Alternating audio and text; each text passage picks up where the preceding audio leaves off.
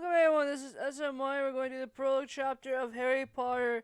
So here we go, Hero Squad. We got Harry Potter, Kamen Rider, Rear, prologue chapter, Albus Dumbledore, Provo. I was working on stuff when I heard a knock on the door. I went to the entrance of the door and I was shocked to see a basket on the ground. I looked at the basket and there was a hand poking out, and I grabbed the basket and took it inside. I was shocked and then got into my office and picked up the batch thing in the basket. I smiled and the baby smiled as well. The other teachers were asleep, so I was left with a baby. I looked for a note, and there was a note. It was and said, "He needs a home, nothing else." I was shocked and I smiled. I knew the name for him. "Your name is Toy Arto Hayden." I spoke. "Oh, what is this?" I spoke, and saw that this drive in the basket. I looked at it and the baby. So he is a Kamen rider, I thought. Putting the drive in the desk, my desk for the safekeeping, till he is older to get it. I smiled and looked at the baby looking at me, and I smiled and he looked and smiled at me as well. We heard someone walking up to my office, and he looked at the person, and it was Snape. He looked at the child, and the child looked at him. "Tell me you did not have make love with anyone, Albus Dumbledore," asked Snape. "No, I'm not, and he was in the basket." I spoke. "Fine, what did the note say?" said Snape. "Is said to take care of him." I spoke. "Okay, let's do it," I said Snape, taking a seat by the desk, and the baby looking at him. "Why must you look at me?" said Snape. The baby smiled at Tony Arto Hayden. "He does not talk," I spoke. "I know, but why does he have to look at me?" I said Snape. "He probably likes you," I spoke. "Oh, right, that baby likes me," said Snape. "What baby?" asked Miss McGonagall. I spoke. "Oh, which one of you men had a kid?" said McGonagall. "We did not. He was in the basket," said Snape. "What did the note say?" said McGonagall. "It said you take care of him," said Snape. "Oh, poor thing," said McGonagall. "Yes, and his name is Tony Arto Hayden." I gave him the name. I spoke. "Nice to meet you, Tony Arto Hayden," said McGonagall. "You don't know he can't talk," said Snape. "It means he will learn his name at a young age," said McGonagall. "Oh, now I know," said Snape. "McGonagall, would you like to hold him?" I spoke. "Yes, please," said McGonagall. I gave Tony to McGonagall. Tony looked at her, and he smiled and looked at the other woman coming into the room. "Hello, Dumbledore. Is this your child?"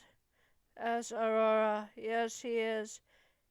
He is going to be mine and Snape and McGonagall's son." I spoke. "Why us?" spoke Snape. "He likes us," I spoke. "That is a good choice," said Aurora. "That is why I see what Toy likes," I spoke. "So let us meet the others," said McGonagall, taking our son with her. I was shocked and got up and followed her. "Why is she taking him to meet the others?" I young thought, getting up off my chair and Snape doing the same. We followed McGonagall to the dining hall, and we found out that the students were here, and the staff was watching the meeting. I was shocked until he was not crying and he smiled at everyone, and he smiled and looked at everyone. He then looked at the two Weasley brothers, Bill and Percy, and McGonagall smiled and called for them. "Bill and Percy, come here, please." So she spoke. The two boys got up and came to her. "Yes, Miss McGonagall," said Bill. I want you to ask your parents if they can babysit this boy when we are working," said McGonagall. "We will ask them," said Percy. "Thank you for that one," said McGonagall. She smiled and took Tony to the teachers, and they were shocked that Rondell Hodge took him from McGonagall. "Look at this boy," said Rondell Hodge, lifting him up, and the kids watched him, and he was smiling, looking at everyone. "This is our new hope," said Rondell Hodge. "Rondell Hodge, did you use your future vision again?" said Phileas. "Yes, I did, and I saw him saving everyone," said Rondell Hodge. Give him back to me, Rhonda Hodge, I spoke. Yes, sir, said Rhonda Hodge. She gave me to my son, and I smiled, and he smiled back and looked at Rhonda Hodge and blew a raspberry.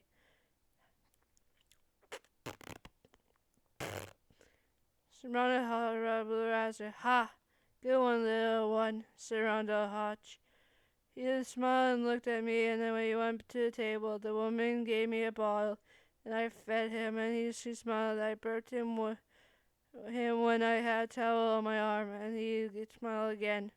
I smiled. He was pulled in his basket. He smiled, and I ate. So then I heard a whimper. McGonagall picked him up, and nurse gave him her diaper and headed to the bathroom. I was shocked they knew what he needed.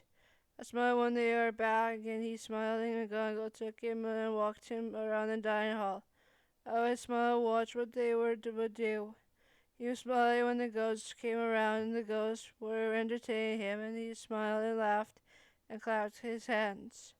He had looked at Hook, and they had to stare off, and Hook blinked and said laughed, and McGonagall laughed as well. I smiled and finished food and smiled.